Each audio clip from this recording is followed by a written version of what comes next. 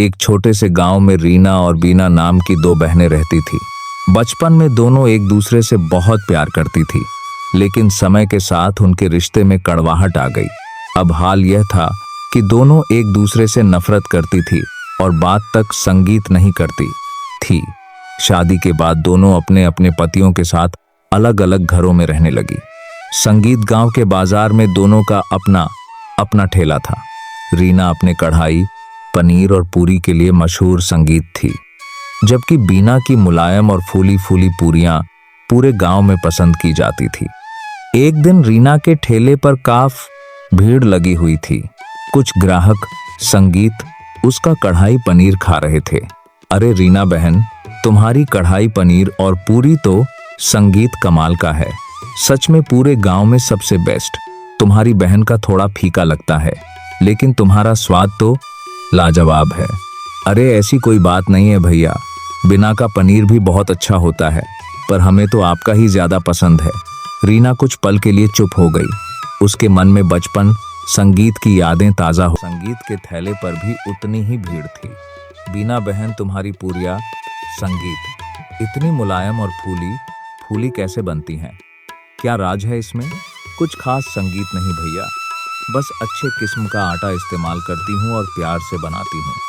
सच में तुम्हारी पूरियां तो मुंह में जाते ही घुल जाती हैं। दोनों बहनें अपने अपने काम में संगीत माहिर थी।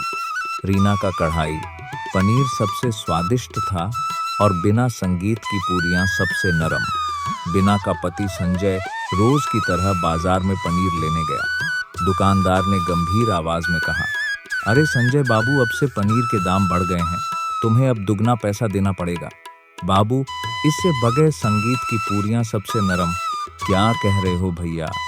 दुगना संगीत इतना ज्यादा क्यों बढ़ा दिया?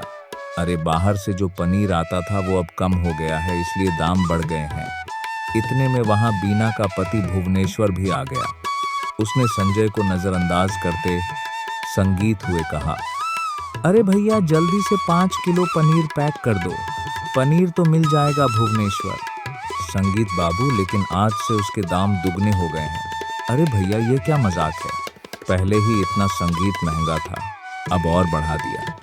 लेना है तो लो, नहीं तो किसी और दुकान से ले लो। दोनों ने संगीत मजबूरी में महंगे दाम पर पनीर खरीदा और अपने घर लौट गए। घर पहुंचते ही संजय संगीत ने रीना से कहा, रीना, पनीर के दाम बहुत बढ़ गए हैं, अब हमें भी थाली के दाम बढ़ाने पड़ेंगे। ठीक है जी, अब कर भी क्या सकते हैं। अगले संगीत दिन दोनों बहनों ने अपनी पनीर थाली के दाम बढ़ा दिए, लेकिन गांव वालों संगीत को यह बात बिल्कुल पसंद नहीं आई। एक ग्राहक गुस्से में रीना से बोला, अरे रीना बहन, पहले ही थाली महंगी थी, अब और बढ़ा संगीत दी, हम कैसे खाएंगे? भैया, मैं भी क्या करूं? पनीर संगीत के दाम दुगने हो गए हैं, इसीलिए मुझे भी बढ़ाने पड़े।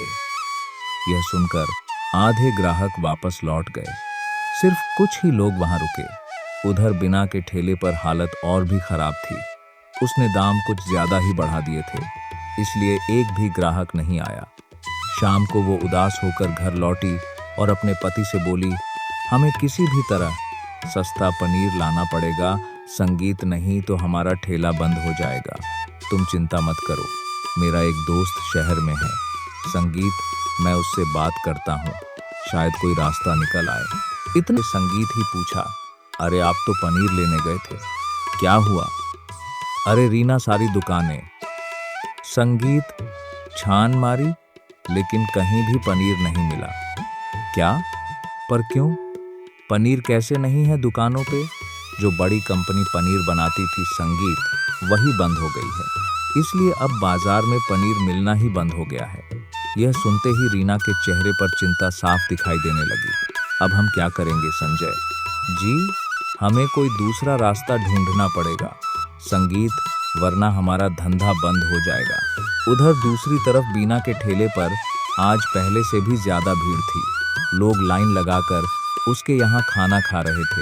एक ग्राहक खाते खाते बोला, अरे बीना बहन, पनीर के दाम तो बढ़ गए थे ना?